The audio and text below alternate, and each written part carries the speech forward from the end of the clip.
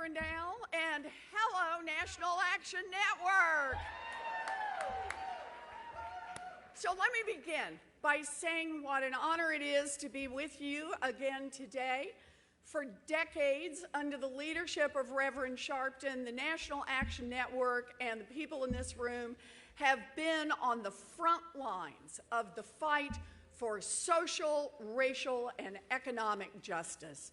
You have challenged our leaders, Democrats and Republicans, to make this country live up to its best values, and you have made real progress.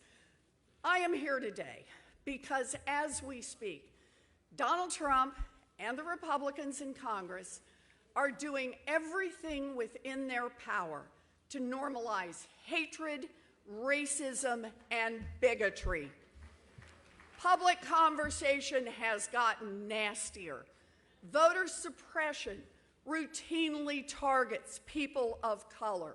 Hate crimes are on the rise.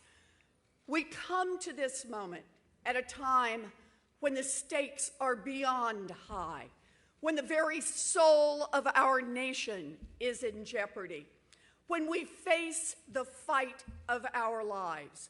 And with so much on the line, there is no place I would rather be than standing shoulder to shoulder right here with you. Thank you.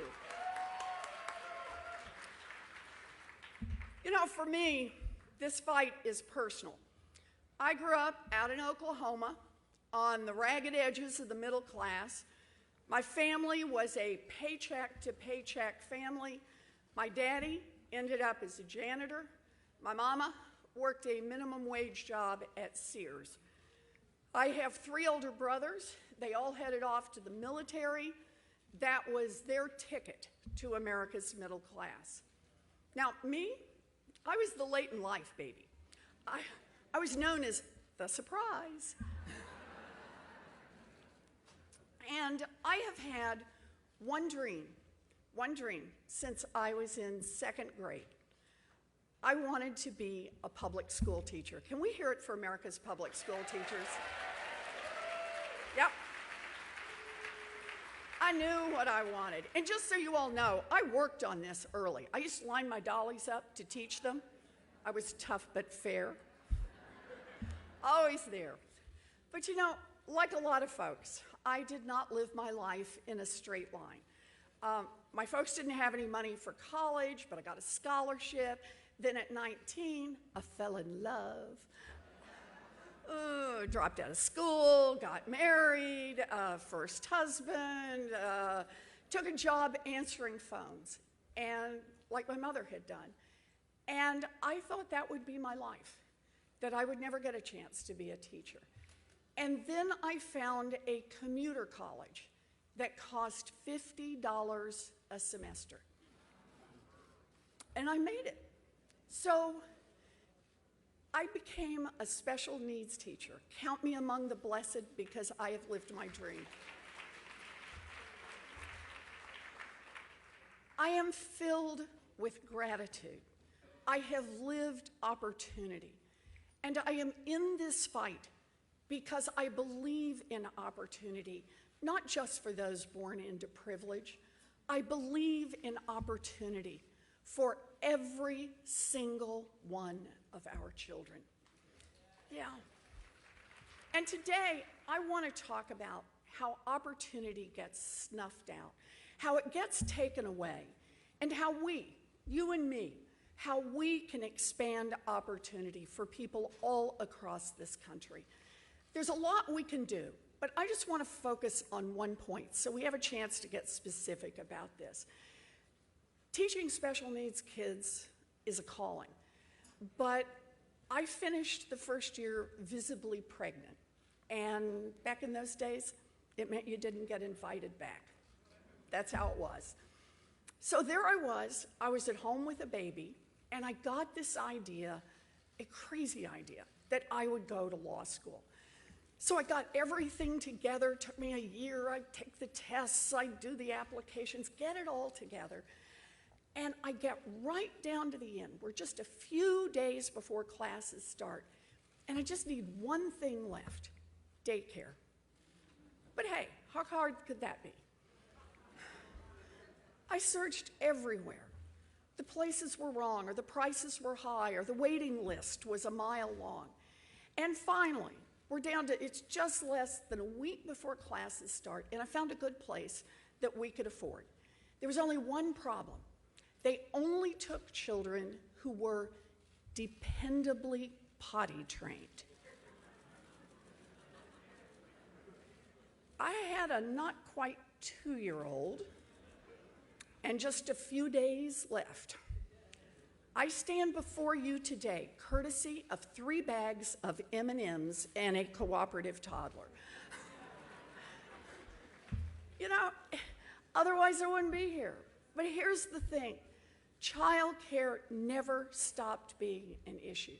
It was an ever-present weight that I carried on my shoulders every single day, and it never let up. Now, eventually, I graduated from law school, hugely pregnant with baby number 2. You may detect a pattern here. But when I got my first real teaching job at law school in Houston, I was beyond excited. I loved teaching, and I would do anything it took to make it work.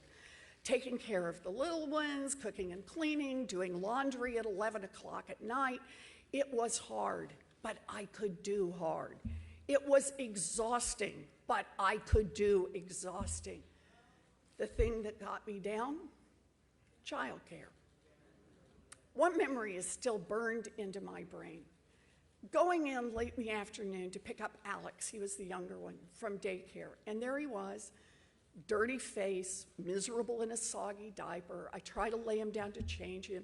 He starts kicking and screaming. Finally, I picked him up and headed to the car. He kicked and screamed louder and louder, and I dropped things, and I'm getting more upset. And I stood there in the parking lot with baby snot and pee on my clothes, unable to open the car door, completely overwhelmed. In the previous few months, we had tried it all, a babysitter, a neighbor with kids, a daycare center, another daycare center, and everything for one reason or another had fallen apart. So one night, I've been teaching for just a little while, I'm still in that first year, I put both kids to bed, and my 78-year-old Aunt B called long distance from Oklahoma to see how I was doing. I said, fine. And then with no warning, I started to cry. I just couldn't hold it together any longer. I blurted it out. I told Aunt B I was going to quit my job. I hadn't thought about it, but everything came crashing down and the words just came tumbling out. I cried, I sobbed, I heaved. Finally, I blew my nose and I got a drink of water. And then Aunt B said the 11 words that changed my life forever. I can't come tomorrow, but I can come on Thursday. And 2 days later, she arrived with 7 suitcases and a Pekingese named Buddy and stayed for 16 years. I see an Aunt B. Now, that story tells a basic truth. Nobody makes it on their own.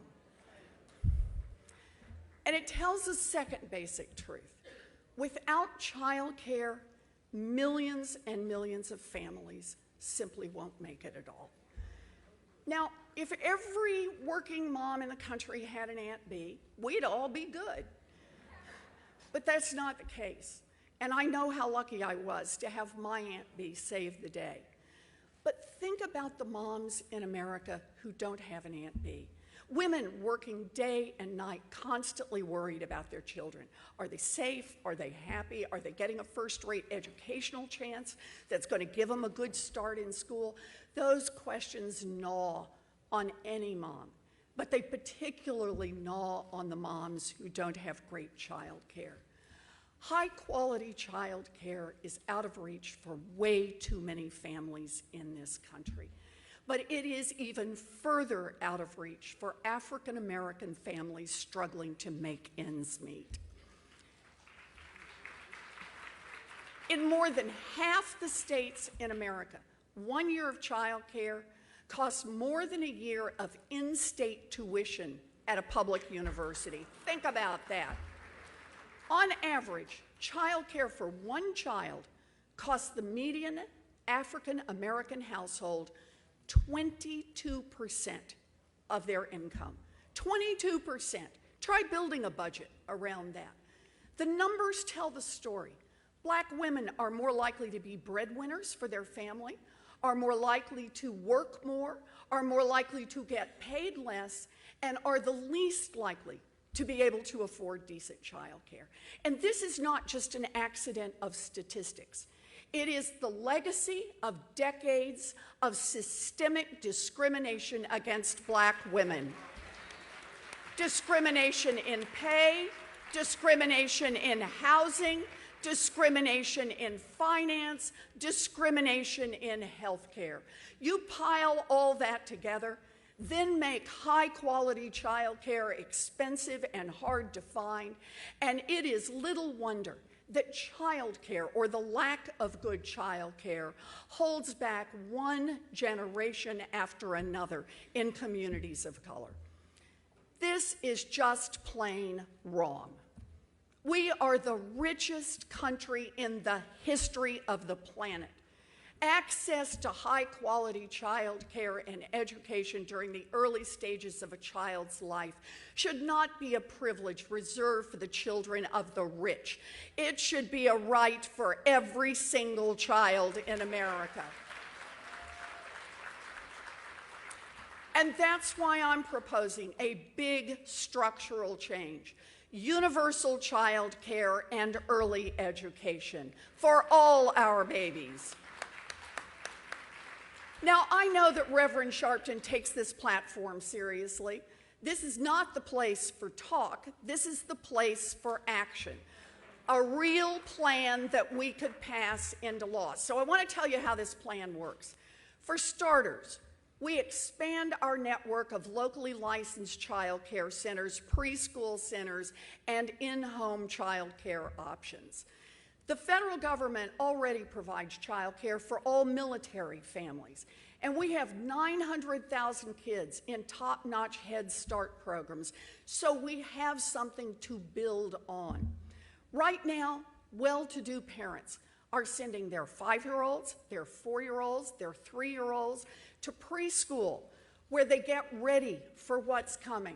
My proposal makes that same option available, not just to rich kids, but to every kid in America. Getting smarter should not be reserved for the children of the privileged. Part 2, my plan pays child care workers like the professionals they are. More training, higher standards, and much better pay. These child care workers are disproportionately Black and brown women, and they have been undervalued and underpaid for far too long. Child care workers are educators, not babysitters, and they deserve a living wage. My plan is not only possible, but it's free for millions of children and low cost for families with higher incomes. So I just want you to think about for a second what this could mean for Black families and for America. People who today are paying more than $1,000 a month could get the highest quality child care and pay nothing. That would be life-changing for millions of mothers and fathers all around this country. And here's the fun part.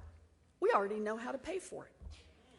All we have to do is make the ultra-wealthy pay their fair share. I call it the ultra-millionaires tax. It requires households with a net worth of $50 million or more to pay a 2% tax, 2%. And that one change would bring in all the money we need to completely cover the cost of universal child care and early education for all our babies and still have $2 trillion left over. Yeah, that's what you could do. And to everyone who says to me, it's just too hard, here's what I know for sure. Yeah, it's not easy to make big changes, but you don't get what you don't fight for. Big structural change is worth fighting for. These are the kinds of big structural changes that I would make as president. Changes that would make opportunity available not just to the wealthy and the well-connected, but make opportunity available to everyone in this country. You know, last month when I was in Memphis, I met LaTanya, a young mother, who told me about what it had been like when she was going to college. She had struggled with child care over and over, and she talked about the years in which she was often forced to choose between letting her young son babysit his even younger siblings or staying home from class and giving up on her dream to build a future. And like millions of black women in America, LaTanya faced the tough odds. She made do with what she had, and she came out on top. Today she has an associate's degree, a bachelor's degree, and a master's degree. But here's the kicker in the story. Even with all her diplomas, all the progress she has made, childcare is still dragging her back. Her youngest is 5 years old. He loves his school, but it costs $400 a month. And LaTanya said she just can't afford it. The cost still holds her back in taking on the better job that she wants to take on. And here's the question. How many women have the same story? How many parents have been sidelined today because they can't get decent care for their children? And how many kids weren't ready for kindergarten? How many were parked in front of a television set for hours on end? How many got a worse start in school because their moms couldn't afford pre-K or couldn't send them to the places with small classes and specialized teachers that all the wealthy folks send their kids to? How many of our kids didn't make it in America because America didn't invest in them? And how many good, talented, dedicated preschool teachers and childcare workers gave up because the pay was worse than working at McDonald's? Again, all because America wouldn't invest in our kids. So I see this as a moment when it comes to us, and we can make change, big change in this country. Change for ourselves and change for our children. Yes, we need universal child care. But getting child care passed is a struggle because the people in Congress and the White House frankly think they can ignore what voters want. They plan to keep enough people away from the polls that they can stay in power. They are working hard to shut down our democracy. Just last year, the Republicans in North Carolina's 9th congressional district threw enough votes in the trash to rig an election. Massive voter suppression prevented Stacey Abrams from becoming the rightful governor of Georgia. They'll fight anyone who tries to stand up and push back. They'll do whatever it takes to stop a full and fair count because they know that there's more that unites us than divides us. They know that a durable majority of Americans believe in the promise of America, and they know that if all the votes are counted, we will win every time.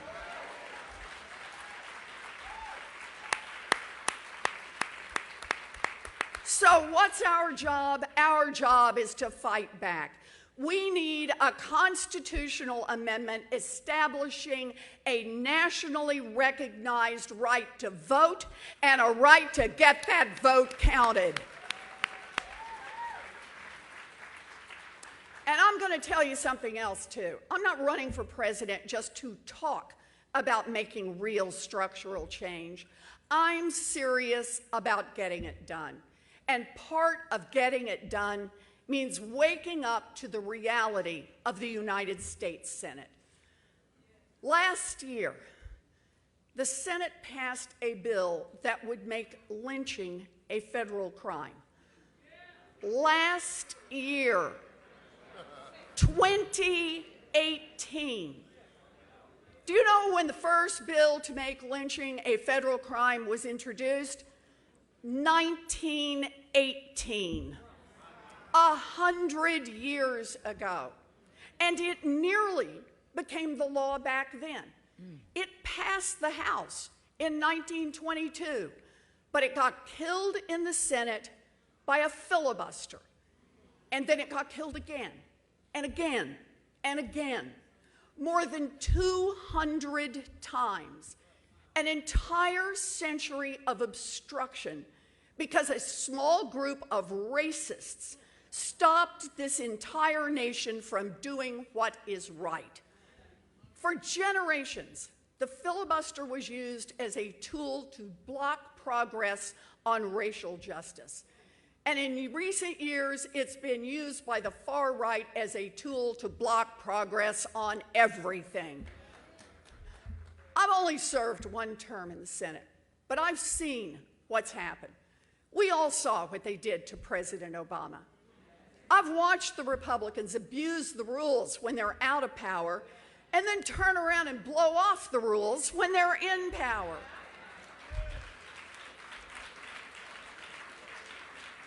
We saw it happen again just this week. Republicans spent years exploiting the rules to slow down or block President Obama's mainstream judges and executive nominees. But now that they're in power, they are unilaterally changing those rules to speed them up and run through President Trump's extremist nominees. So let me be as clear as I can about this. When Democrats next have power, we should be bold. We are done with two sets of rules, one for the Republicans and one for the Democrats. And that means when the Democrats have the White House again, if Mitch McConnell tries to do what he did to President Obama and put small-minded partisanship ahead of solving the massive problems in this country, then we should get rid of the filibuster.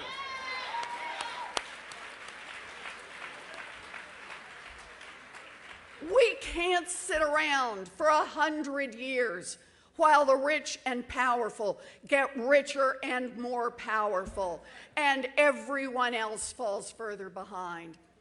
We can't sit around for 100 years while climate change destroys this planet.